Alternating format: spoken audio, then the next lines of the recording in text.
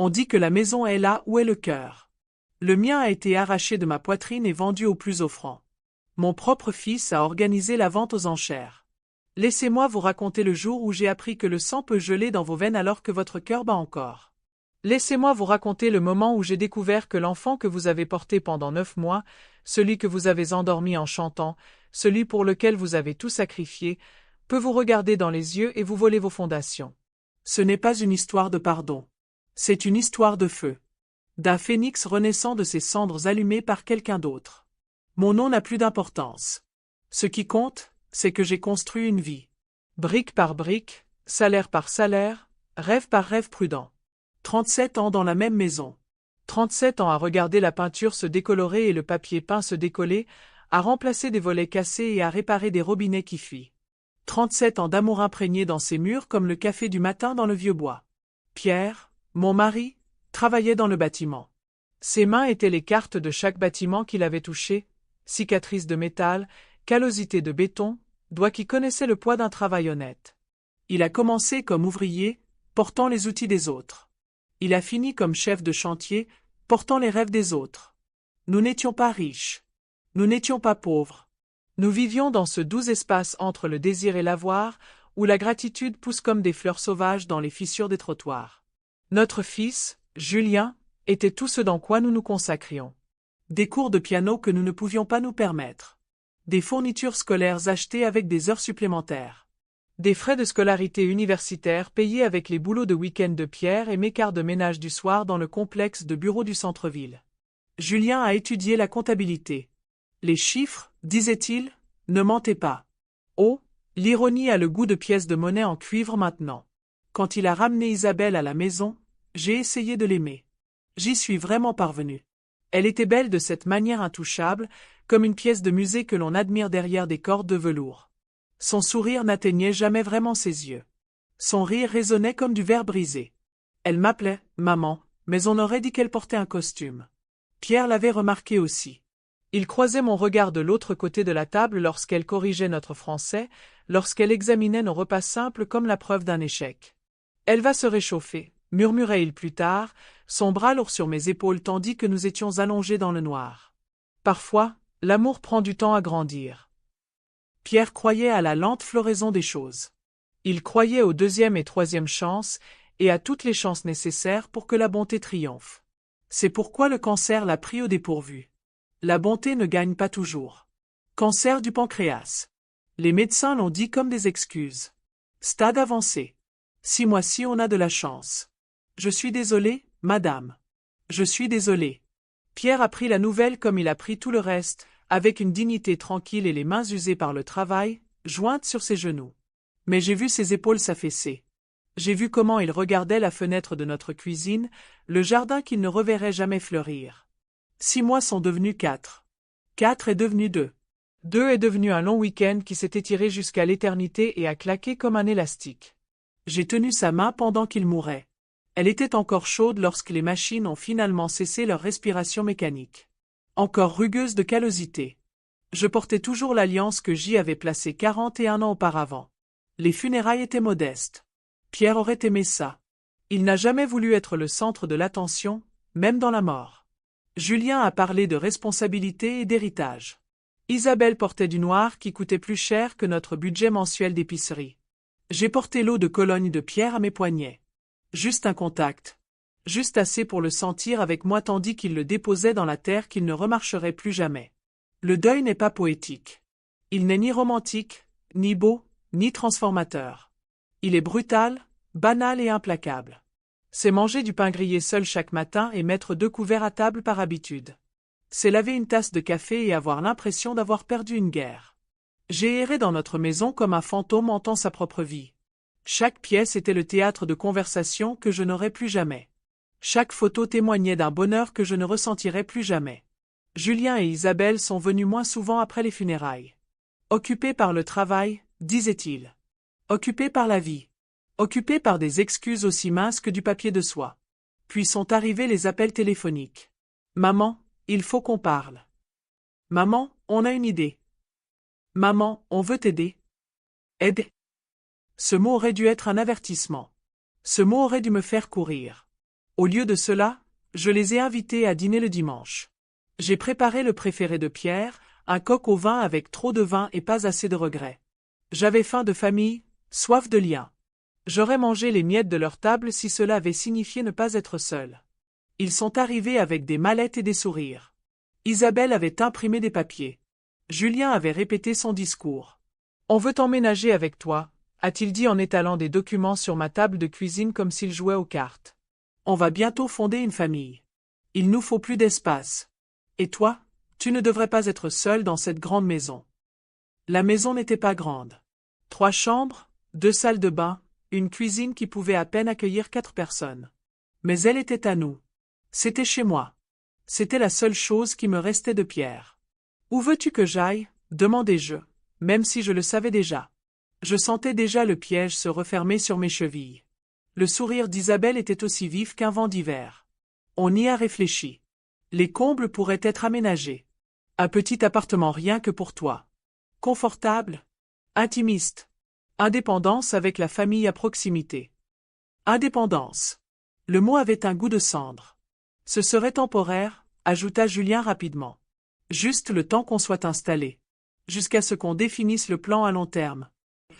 Je regardais les papiers sur ma table. Des plans d'architecture de ma maison découpés comme une dinde de Noël. Ma chambre était marquée « Transformation en chambre d'enfant ». L'atelier de Pierre était étiqueté « Débarras bureau ». Tout ce que nous avions construit, tout ce que nous avions aimé, réduit à des plans et des superficies. « Je ne sais pas », dis-je d'une voix faible. Incertain. La voix d'une femme qui venait de s'enterrer avec son mari. « Maman. » Julien tendit la main par-dessus la table et la couvrit de la mienne. « Nous sommes une famille. Nous prenons soin les uns des autres. » Prendre soin les uns des autres. Le deuxième mensonge que j'aurais dû saisir. Les rénovations ont commencé en mars. Des vents froids, des traces de pas boueuses et le bruit de ma vie se transformant en quelque chose de méconnaissable. J'ai installé mes objets les plus précieux à l'étage, la photo de Pierre, la boîte à bijoux de ma grand-mère, la courte pointe que ma mère avait cousue pour notre mariage. L'aménagement était modeste mais fonctionnel. Un lit, une chaise, une plaque chauffante pour des repas simples. De ma nouvelle fenêtre, je voyais le cimetière où Pierre dormait. Je voyais la pierre que nous avions choisie ensemble, celle sur laquelle était écrit « Époux et père bien-aimé ». De là-haut, je pouvais presque faire semblant qu'il travaillait tard. Presque faire semblant qu'il rentrerait bientôt. En bas, ma maison s'est transformée. Isabelle a dirigé les changements avec une précision militaire. Une nouvelle peinture recouvrait les murs où Pierre avait accroché ses outils. Un nouveau parquet a dissimulé les traces de frottement du vélo d'enfance de Julien. Du neuf pour remplacer du vieux. Mes affaires ont disparu pièce par pièce. Le vaisselier que Pierre avait fabriqué à la main, trop démodé, a dit Isabelle. Les photos de nos voyages d'anniversaire, encombrées, a-t-elle conclu. Le rocking chair où j'avais bercé Julien, ne colle pas à l'esthétique. J'en ai retrouvé quelques-unes dans le garage. Empilées comme des ordures. Jetées comme si elles n'avaient jamais eu d'importance. Mais les affaires de Pierre ont complètement disparu. Ses outils. Ses livres. Sa tasse à café préférée avec l'ébréchure sur la poignée. Ses lunettes de lecture. Ses pantoufles. Son eau de Cologne. 41 ans de vie d'homme, effacés comme des traces de crayon. Quand j'ai interrogé Julien à ce sujet, il a haussé les épaules. « Maman, il faut que tu lâches prise. S'accrocher au passé n'est pas sain. » Sain. Comme si le chagrin était une maladie. Comme si l'amour était un symptôme à guérir. J'ai arrêté de demander. J'ai arrêté de protester. J'ai arrêté de me battre. À quoi bon? J'habitais leur maison maintenant, même si l'acte de propriété portait encore le nom de Pierre. Certaines nuits, je m'allongeais dans ma chambre mansardée aménagée et les écoutais en bas. Rire. Planifier. Vivre dans l'espace où Pierre et moi avions construit nos rêves. Certaines nuits, je pleurais si doucement que même moi je ne pouvais pas l'entendre.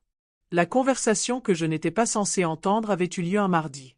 J'étais descendu faire du thé, avançant prudemment dans l'escalier qui craquait comme de vieux os. Ils étaient dans la cuisine, la voix basse mais pas assez. L'avocat dit que c'est compliqué, disait Julien. La maison était seulement au nom de papa. Légalement, elle passe à son héritier. C'est-à-dire toi, dit Isabelle.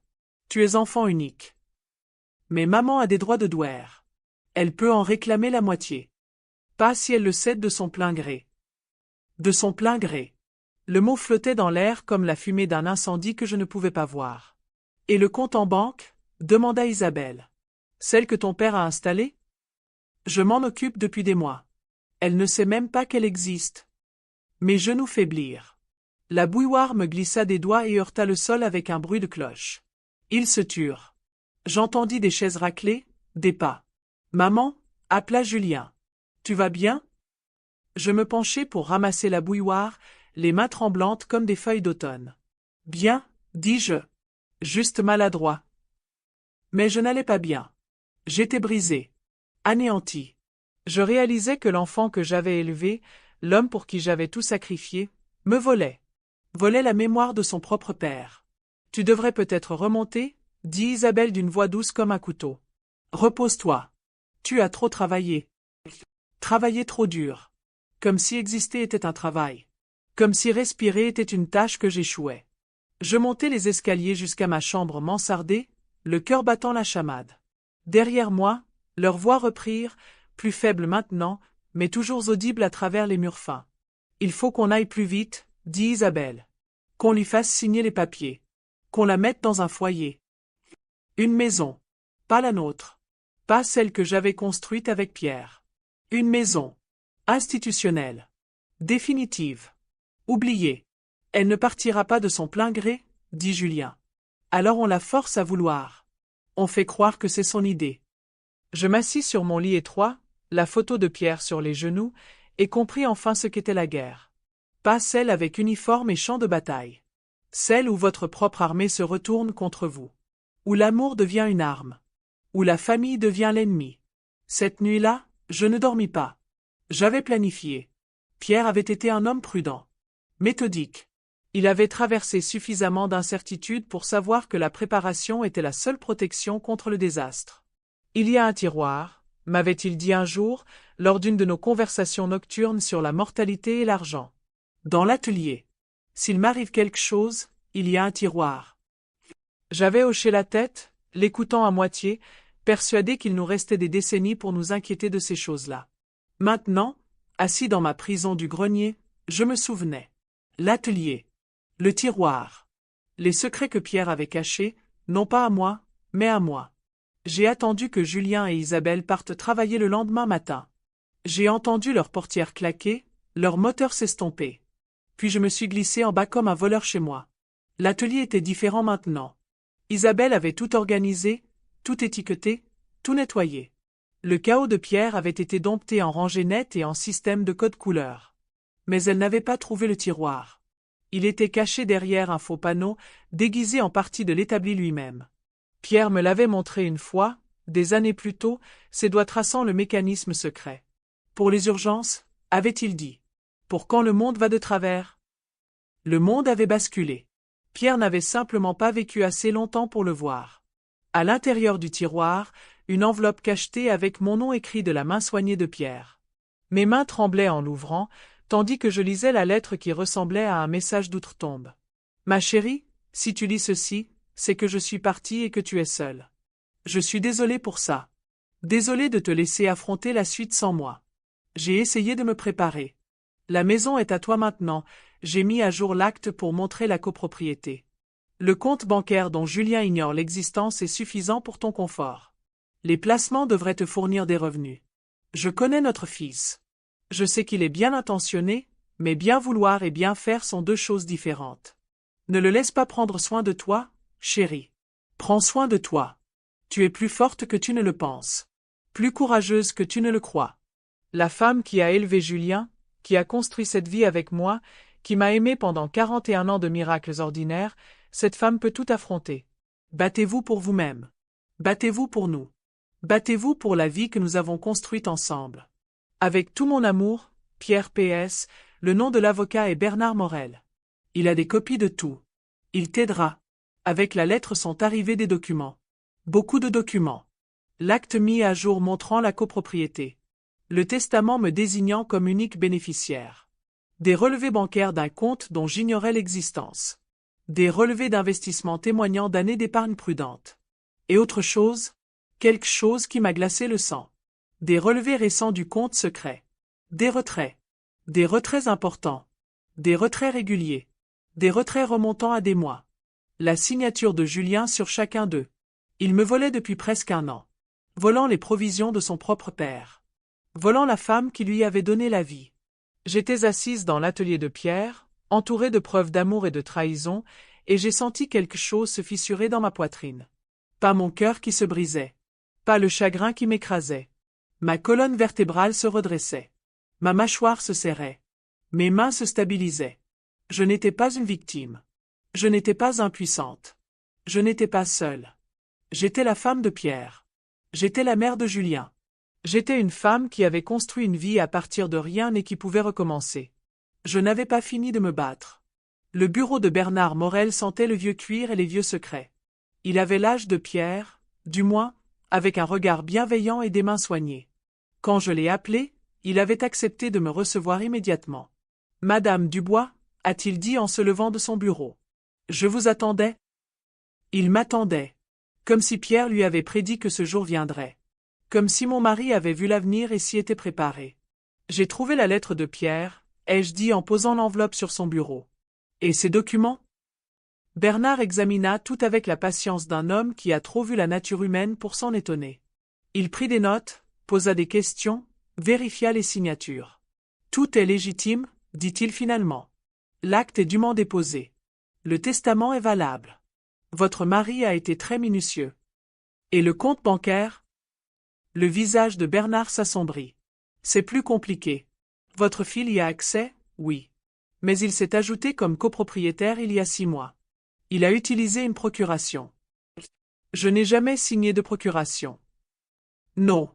Mais votre mari l'a fait. Il y a des années. En cas d'urgence. Urgence. Julien avait transformé la protection de son père en autorisation de vol. Que pouvons-nous faire? Demandai-je. Bernard sourit. Ce n'était pas un beau sourire. C'était le sourire d'un homme qui avait passé 40 ans à regarder la justice fléchir sans jamais céder. On peut faire beaucoup, Madame Dubois. On peut geler le compte. On peut vous en transférer la propriété exclusive. On peut récupérer les fonds retirés. On peut s'assurer que votre fils comprenne qu'un vol est un vol, quels que soient les liens familiaux. Sera-t-il public? Les gens le sauront-ils? Seulement si vous le souhaitez. J'y ai réfléchi. J'ai pensé à la réputation de Julien, à sa carrière, à son avenir. J'ai pensé au petit-fils que je n'aurai peut-être jamais maintenant. J'ai pensé à la famille déjà brisée au-delà de toute réparation. Je veux que ce soit discret, ai-je dit. Je veux que ce soit légal. Je veux que ce soit définitif. Bernard a hoché la tête. Cela prendra quelques semaines. Pouvez-vous attendre aussi longtemps? Attendez. J'avais attendu toute ma vie. J'avais attendu la permission, attendu l'approbation, attendu que quelqu'un d'autre prenne des décisions concernant ma propre existence. Je peux attendre, ai-je dit. Mais pas éternellement. Les semaines suivantes furent une performance artistique.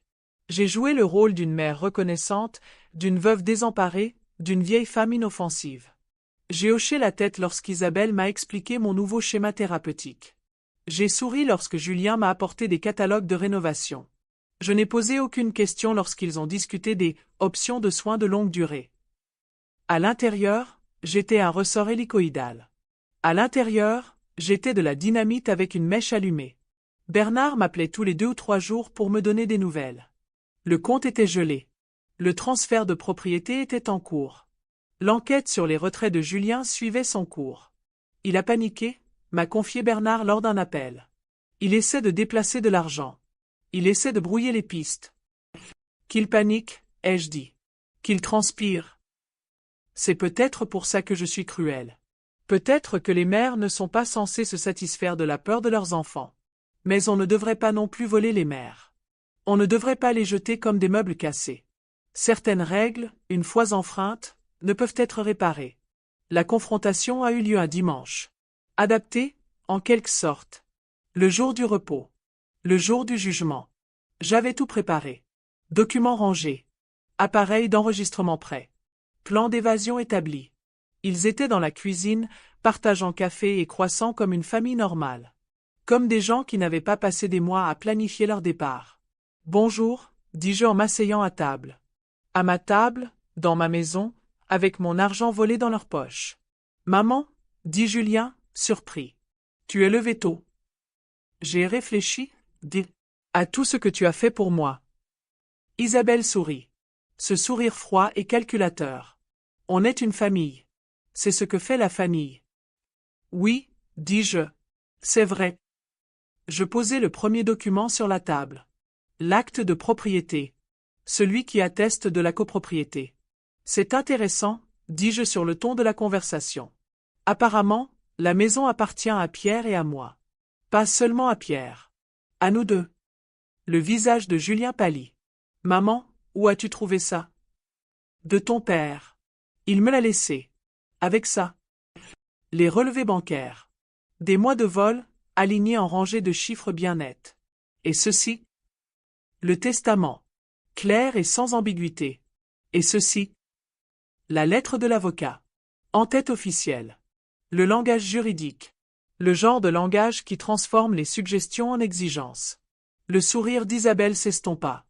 La tasse de café de Julien s'entrechoqua contre la soucoupe. Maman, dit-il d'une voix faible. Je peux expliquer? Expliquer quoi? Expliquer comment vous me volez depuis des mois? Expliquer comment vous comptiez me placer dans un foyer? Expliquer comment vous avez jeté les affaires de votre père comme des ordures. Ce n'était pas comme ça.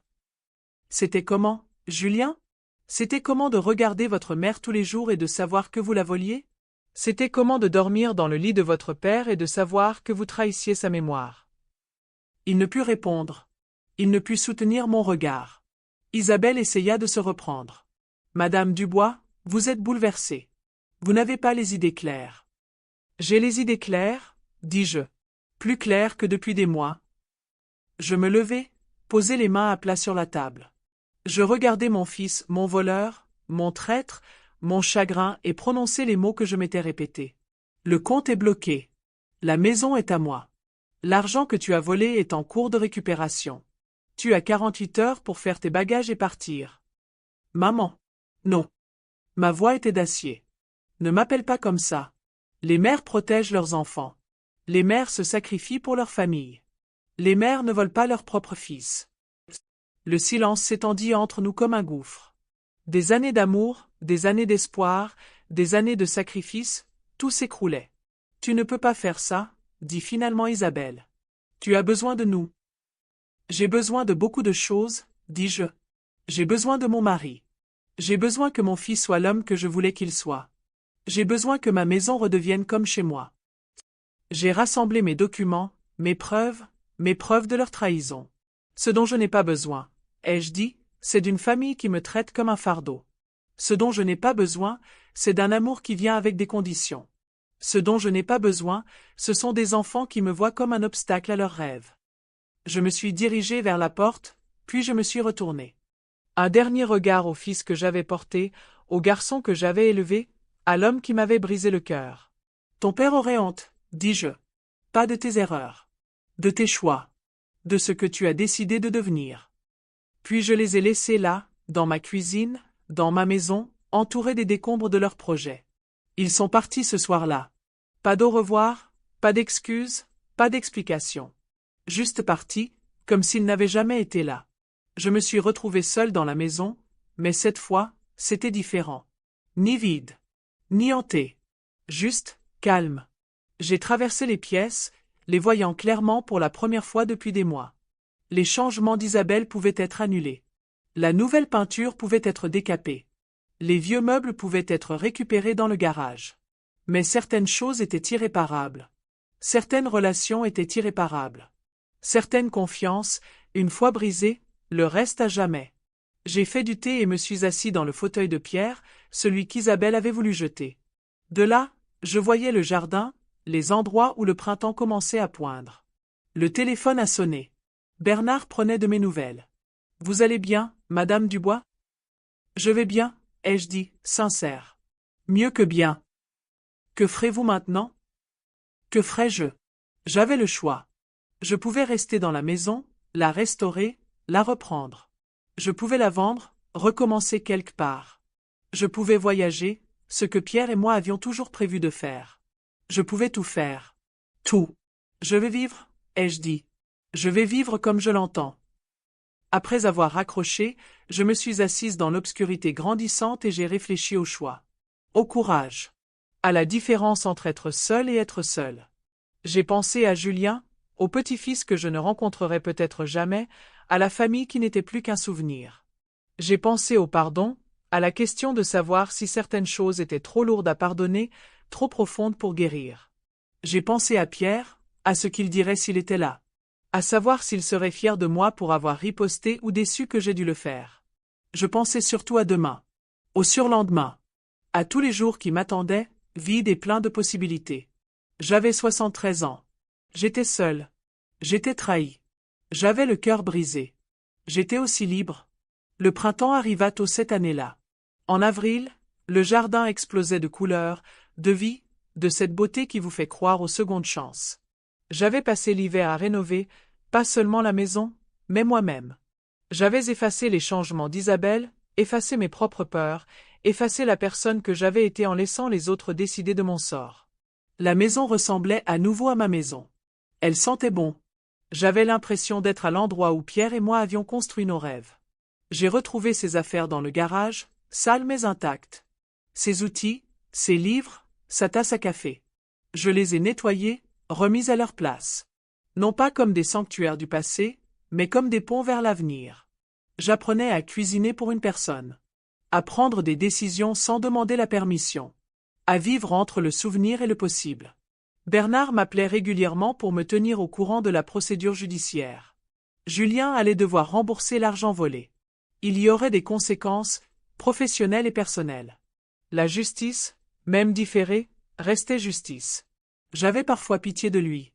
Tard le soir, quand la maison était silencieuse et que le passé semblait plus proche que le présent.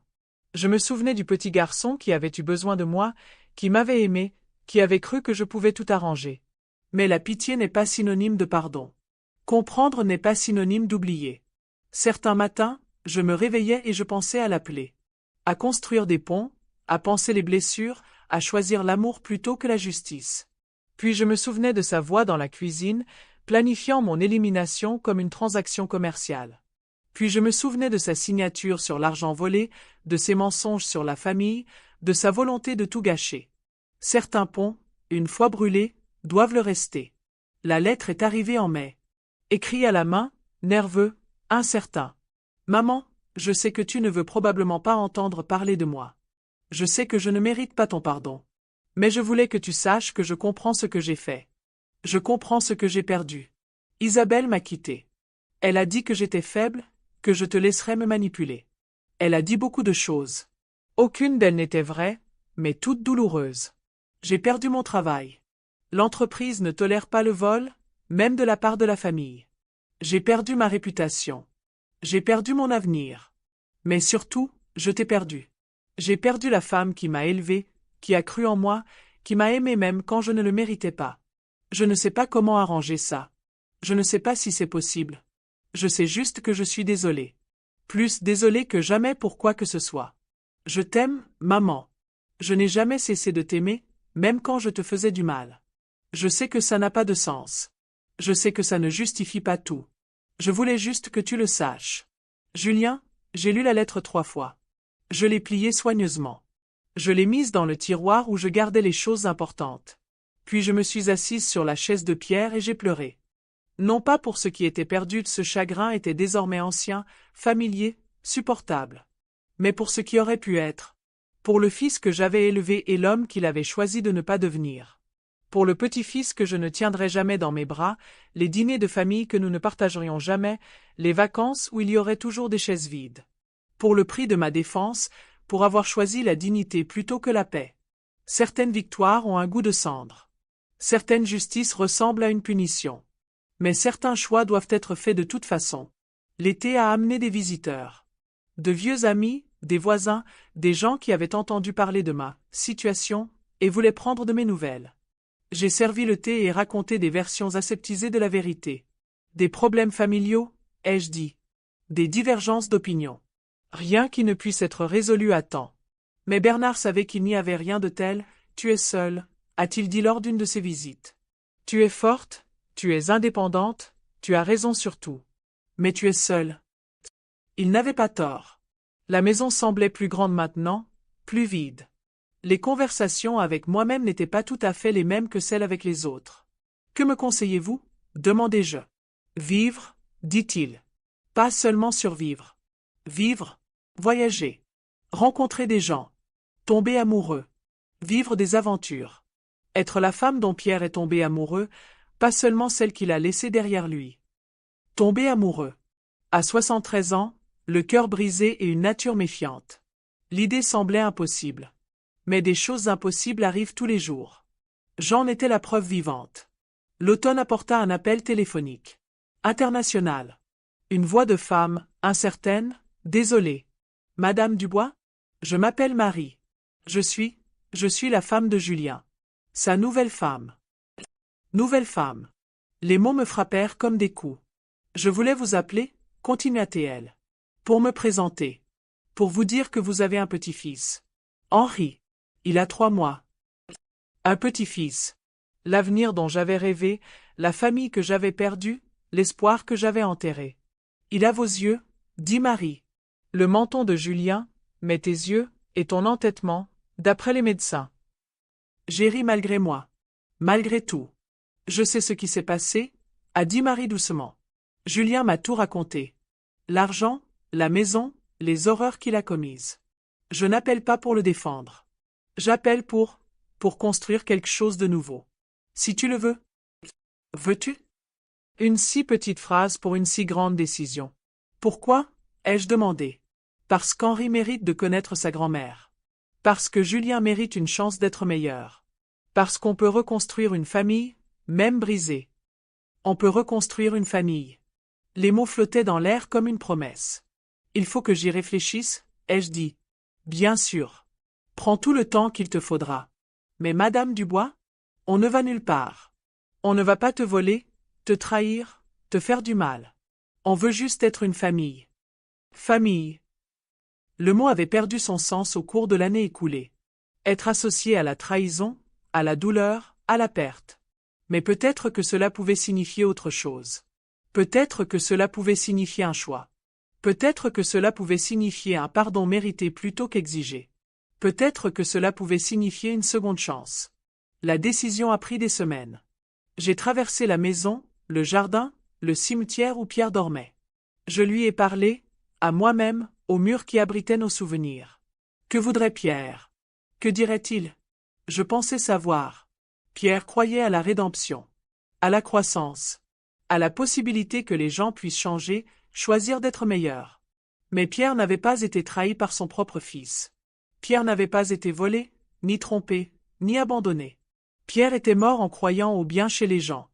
Je devais vivre avec la conscience que les bonnes personnes pouvaient avoir tort. Mais vivre avec la conscience n'est pas la même chose que vivre avec l'amertume. Comprendre la trahison ne signifie pas choisir la haine. Je pouvais pardonner à Julien sans lui faire confiance. Je pouvais aimer mon petit-fils sans oublier le passé. Je pouvais reconstruire sans faire comme si la destruction n'avait jamais eu lieu. Je pouvais choisir la guérison plutôt que la justice, l'espoir plutôt que la vengeance, la famille plutôt que la solitude. Je pouvais choisir d'être plus grand que ma douleur. La réunion avait lieu dans un café en ville. Terrain neutre. Espace public. Témoin si les choses tournaient mal. Julien paraissait plus âgé. Plus mince. Épuisé par les conséquences et les regrets. Marie était jeune, nerveuse, belle d'une manière qui n'avait rien à voir avec l'apparence et tout à voir avec l'esprit. Et le bébé? Henri. 3 mois et parfait, dormant dans les bras de sa mère comme l'avenir lui-même. Maman, dit Julien en se levant à mon approche. Sa voix était différente. Plus faible. Humilié. Julien, dis-je. Pas mon fils. Pas encore. Peut-être plus jamais. Mais son nom, au moins. Reconnaissance. Nous nous sommes assis. Commandé un café. Bavardé de la météo, de la circulation et de tout sauf du canyon qui nous séparait. Puis Henri s'est réveillé, a ouvert les yeux et m'a regardé avec l'expression de curiosité et d'émerveillement de Pierre. Mon cœur s'est à nouveau brisé. Pas de douleur cette fois. De possibilité. Puis-je? Demandai-je à Marie. Elle m'a tendu le bébé sans hésitation. La confiance, donnée librement. Le genre de confiance dont j'avais oublié l'existence. Henri était chaleureux, solide et vivant. Il sentait la poudre et la promesse. Il émettait de petits sons, de petites observations sur le monde qu'il commençait à peine à découvrir. « Il est beau, murmurai-je. Il est à toi, dit simplement Marie. Si tu le veux. » Je regardai Julien. L'homme qui m'avait trahi, qui m'avait brisé le cœur, qui avait tout gâché ensemble. Il pleurait. Des larmes silencieuses qui exprimaient la compréhension, le regret, le poids de choix irréversibles. « Je ne peux pas oublier, lui dis-je. Je ne peux pas faire comme si de rien n'était. »« Je sais, dit-il. Je ne voudrais pas que tu le fasses. Je ne peux pas te faire confiance. Pas encore. Peut-être jamais. Je comprends. Mais je peux essayer, dis-je. Je peux essayer de pardonner. Je peux essayer de construire quelque chose de nouveau. Pour lui. » Je baissai les yeux vers Henri, son visage parfait, l'avenir qu'il représentait. Pour nous tous. Reconstruire est un travail lent. Plus lent que la destruction, plus dur que de tout détruire. Julien et Marie me rendent visite tous les dimanches. Des visites attentionnées, respectueuses. Ils amènent Henri, ils aident au jardin, ils écoutent des histoires sur leur grand-père. Julien me rembourse, mois après mois. Pas seulement l'argent qu'il a volé, mais les intérêts. Une compensation pour la douleur, pour la confiance, pour le temps perdu. Il est différent maintenant. Humilié. Reconnaissant. L'homme qu'il aurait pu être s'il ne s'était jamais égaré. Mais différent ne veut pas dire pardonner. Changer ne veut pas dire oublier. Certaines choses ne peuvent pas être réparées. Certaines blessures laissent des cicatrices qui ne guérissent jamais complètement. Mais certaines histoires peuvent avoir un second chapitre. Certaines familles peuvent être reconstruites, même après avoir été brisées. J'apprends à être grand-mère. Apprendre à aimer Henri sans me noyer dans la douleur de ce que son père m'a fait. Apprendre à séparer l'innocent du coupable, l'avenir du passé. J'apprends à vivre avec la complexité. Avec un pardon qui ne signifie pas oublier. Avec un amour qui ne signifie pas confiance. J'apprends que justice et miséricorde peuvent coexister. Que force et douceur ne sont pas opposées. J'apprends que certaines histoires n'ont pas de fin facile. Certains conflits ne se résolvent pas proprement. Certaines douleurs ne disparaissent pas complètement. Mais certaines histoires continuent quand même. Certaines familles survivent à leur propre destruction. Certains amours trouvent le moyen de grandir dans les ruines de ce qui a précédé. Ce soir, je m'assois dans le fauteuil de pierre et regarde le soleil se coucher sur le jardin que nous avons planté ensemble. La maison est silencieuse mais pas vide. Pleine de souvenirs mais pas hantée. Demain, Marie amènera Henri pour son premier anniversaire. Julien sera là aussi, prudent et reconnaissant, portant encore le poids de ce qu'il a fait. Je ferai un gâteau. Prendre des photos. Chanter joyeux anniversaire à un enfant qui nous a tous sauvés par sa simple existence. Je penserai à Pierre, à ce qu'il dirait des secondes chances, des familles compliquées et de la différence entre justice et miséricorde. Je me souviendrai de la conversation que j'ai surprise, des papiers que j'ai trouvés, du moment où j'ai compris que mon propre fils me volait. Je me souviendrai du choix que j'ai fait. De me battre, de me lever, de refuser d'être rejeté. Je me souviendrai que certaines batailles valent la peine d'être menées, même lorsque la victoire a un goût de cendre. Mais surtout, je penserai à demain, au petit-fils qui m'appelle « grand-mère » dans son français approximatif, à la belle-fille qui me traite comme un membre de la famille, au fils qui apprend à être meilleur, un jour à la fois. La vérité, c'est que le pardon n'est pas un instant. Ce n'est pas une décision que l'on prend une fois et qui est faite. C'est un choix que l'on fait chaque jour, parfois chaque heure, parfois à chaque respiration. Certains jours, je me réveille en colère. Furieux de ce qui m'a été pris, des mois que j'ai passés dans cette chambre mansardée, de la façon dont ils ont jeté les affaires de Pierre comme des ordures. Certains jours, je me réveille triste. En deuil de la famille que nous étions avant, de l'innocence que nous avons perdue, de la confiance qui ne pourra jamais être complètement restaurée. Mais certains jours, je me réveille plein d'espoir. Je pense au rire d'Henri, à la gentillesse de Marie, à la possibilité que les choses brisées puissent redevenir belles. Aujourd'hui est un de ces jours. Je prépare du café dans la tasse préférée de Pierre, celle avec l'anse ébréchée. Je suis assise à la table de la cuisine, dans notre maison, entourée de la vie que nous avons construite ensemble. Le téléphone sonne. Marie appelle pour confirmer les plans de demain. Henri te demande, dit-elle, et j'entends le sourire dans sa voix. Ils n'arrêtent pas de dire grand-mère et de montrer ta photo. Ta photo. J'ai une place dans leur maison, dans leur cœur, dans leur histoire. Dis-lui que grand-mère a hâte de le voir, dis-je. Après avoir raccroché, je m'assois dans la cuisine silencieuse et pense à la transformation. À la douleur qui peut devenir sagesse. À la trahison qui peut devenir une limite. À la fin qui peut devenir un commencement. Je pense à la femme que j'étais il y a 1 an. Brisée. Défaite. Vivant dans une chambre mansardée de sa propre maison. Trop peur de riposter, trop fatiguée pour se lever, trop blessée pour croire en elle-même. Cette femme est partie. Pas effacée, pas oubliée, mais transformée. Comme un papillon émergeant d'un cocon, comme un phénix renaissant de ses cendres. Je suis toujours cette femme. Je porte sa douleur, ses cicatrices, sa sagesse durement acquise. Mais je suis aussi plus que cette femme. Je suis la femme qui a riposté. Qui s'est levée. Qui a refusé d'être rejetée. Je suis la femme qui a choisi la guérison plutôt que la haine. Qui a choisi l'espoir plutôt que la vengeance. Qui a choisi la famille plutôt que la solitude. Je suis l'épouse de Pierre. La mère de Julien. La grand-mère d'Henri. Je suis une femme qui a appris que l'amour sans respect n'est pas de l'amour du tout. Que la famille sans honnêteté n'est pas une famille du tout. Que le pardon sans responsabilité n'est pas du tout du pardon. Je suis une femme qui a appris que certaines histoires n'ont pas de fin heureuse. Certains conflits ne se résolvent pas facilement. Certaines douleurs ne disparaissent pas complètement. Mais je suis aussi une femme qui a appris que certaines histoires peuvent avoir un deuxième chapitre. Que certaines familles peuvent survivre à leur propre destruction. Qu'un peu d'amour peut grandir dans les ruines de ce qui a précédé. Le jardin est en pleine floraison maintenant. Des roses, de la lavande et les herbes que Pierre aimait cuisiner. La terre ici est riche, fertile, nourrie par des années d'attention et de soins. Comme le pardon, les jardins ne se créent pas du jour au lendemain.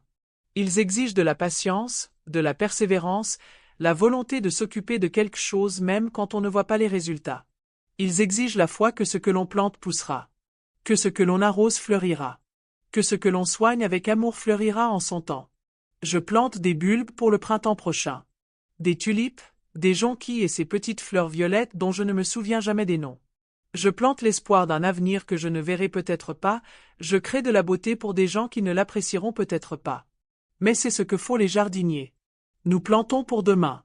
Nous nous occupons de l'année prochaine. Nous croyons en la possibilité de croissance, de changement, d'une nouvelle vie émergeant d'un vieux sol. Henri marchera bientôt. Marie dit qu'il se relève déjà, déterminé à explorer le monde à sa manière. L'été prochain, il courra dans ce jardin, chassant les papillons et cueillant des fleurs pour sa grand-mère. Je le vois maintenant. Ses petites mains sales de terre. Son rire résonne sur les murs de la maison où vivait son grand-père, où son père a grandi, où sa grand-mère a appris à se défendre. La maison lui racontera des histoires. Sur l'amour et la perte et la différence entre justice et miséricorde. Sur les familles qui se brisent et celles qui guérissent. Sur le courage qu'il faut pour se défendre et la grâce qu'il faut pour laisser les autres se lever aussi. Il apprendra que certaines histoires sont compliquées. Que certaines personnes sont à la fois bonnes et mauvaises. Que certains amours sont assortis de conditions et d'autres non. Il apprendra que pardonner n'est pas la même chose qu'oublier. Que guérir n'est pas la même chose que faire comme si de rien n'était. Que aller de l'avant n'est pas la même chose que tout laisser derrière soi. Plus important encore, il apprendra qu'il a des choix. Qu'il peut choisir d'être meilleur que son père ne l'était. Qu'il peut choisir l'honnêteté plutôt que la commodité. Qu'il peut choisir le respect plutôt que le contrôle. Il apprendra que la famille n'est pas seulement une question de sang. C'est une question de choix. De se montrer présent. De faire l'œuvre de l'amour même quand c'est difficile. Bernard vient moins souvent maintenant. Les affaires juridiques sont réglées, les comptes sont en sécurité, la maison est à moi. Mais il passe encore parfois, pour prendre de mes nouvelles, pour s'assurer que je ne suis pas trop seule. Tu as changé, m'a-t-il dit lors de sa dernière visite. Tu es différente d'il y a 1 an. Comment ça? Plus forte, plus sûre de toi, moins disposée à accepter des choses qui ne devraient pas l'être. J'y ai repensé. À la femme que j'étais lorsque je suis entrée dans son bureau, désespérée et vaincue, portant les traces de la trahison comme un fardeau. J'ai appris quelque chose, ai-je dit. J'ai appris que je ne suis pas responsable des choix des autres. Je ne suis responsable que des miens. Et toi, que choisis-tu? Je choisis de vivre. Pas seulement de survivre. De vivre. selon mes propres conditions, à ma façon, avec mes propres limites. Il a souri. Pierre serait fier. Pierre. Je lui parle parfois, généralement dans le jardin où il a passé tant de moments heureux. Je lui parle d'Henri, de Marie, du lent et délicat processus de reconstruction de la confiance avec Julien. Je lui parle de la femme que je suis devenue. De la force que j'ignorais avoir. Des choix que j'ai faits et de ceux que je fais encore. Je pense qu'il serait fier. Pas seulement de ma force, mais de ma miséricorde. Pas seulement de mon courage, mais de ma compassion. Pierre croyait aux secondes chances. À la rédemption. À la possibilité que les gens puissent changer, puissent choisir d'être meilleurs. Il avait raison. Les gens peuvent changer. Julien en est la preuve. Marie en est la preuve. Je suis la preuve. Mais le changement doit être choisi. Il doit être mérité. Il doit être démontré par des actes, pas seulement des mots. Il doit être réel. L'hiver revient. Le jardin se prépare au repos, au long sommeil qui précède le printemps. Je me prépare aussi, je fais des provisions de bois de chauffage, de vêtements chauds et de ce genre de livres qui font paraître les longues nuits plus courtes. Cet hiver sera différent du précédent. Cet hiver, je ne serai pas seul. Marie et Julien emmèneront Henri lui rendre visite. Nous préparerons de la soupe, nous raconterons des histoires et regarderons la neige tomber par les fenêtres chaudes. Nous serons prudents les uns envers les autres. Respectueux. Conscients de la confiance fragile que nous construisons ensemble. Mais nous serons une famille. Une famille compliquée, blessée, en voie de guérison. J'écris des lettres à Henri. Une pour chaque anniversaire, chaque étape importante, chaque moment où il pourrait avoir besoin de comprendre d'où il vient et qui il est. J'écris sur son grand-père, sur l'homme qui a construit cette maison de ses propres mains et qui a aimé sa famille de tout son cœur. J'écris sur son père, sur les erreurs qu'il a commises et sur l'homme qu'il est en train de devenir. J'écris sur sa grand-mère, sur la femme qui a appris à se défendre et sur la femme qui a appris à pardonner. J'écris sur l'amour et la perte et sur la différence entre justice et miséricorde. J'écris sur les choix. Surtout, j'écris sur l'espoir. Sur la possibilité que les choses brisées puissent redevenir belles. Que les personnes blessées peuvent choisir de guérir. Que les familles peuvent survivre à leur propre destruction et en sortir plus fortes. J'écris sur l'avenir. Sur l'homme qu'Henri deviendra. Sur les choix qu'il fera. Sur l'amour qu'il donnera et recevra. J'écris sur la suite de l'histoire. Sur la façon dont l'amour persiste, même à travers la trahison. Sur la façon dont les familles perdurent, même à travers la destruction. Sur la façon dont certaines histoires ne se terminent pas. Elles changent, elles grandissent, elles deviennent quelque chose de nouveau. Ce soir, je préparerai le dîner préféré de Pierre. Un coq au vin avec trop de vin et pas assez de regrets. Je mettrai 2 couverts à table, comme avant. Un pour moi, un pour le souvenir.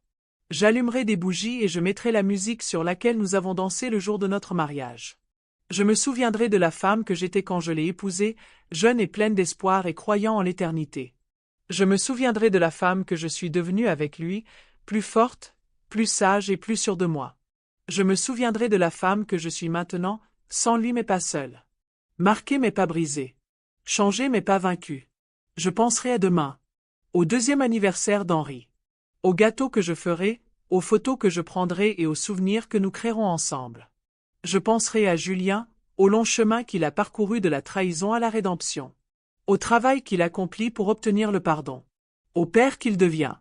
Je penserai à Marie, à la fille que je n'ai jamais eue mais que j'ai quand même trouvée. À la gentillesse qu'elle me témoigne, au respect qu'elle me porte, à l'amour qu'elle m'offre librement.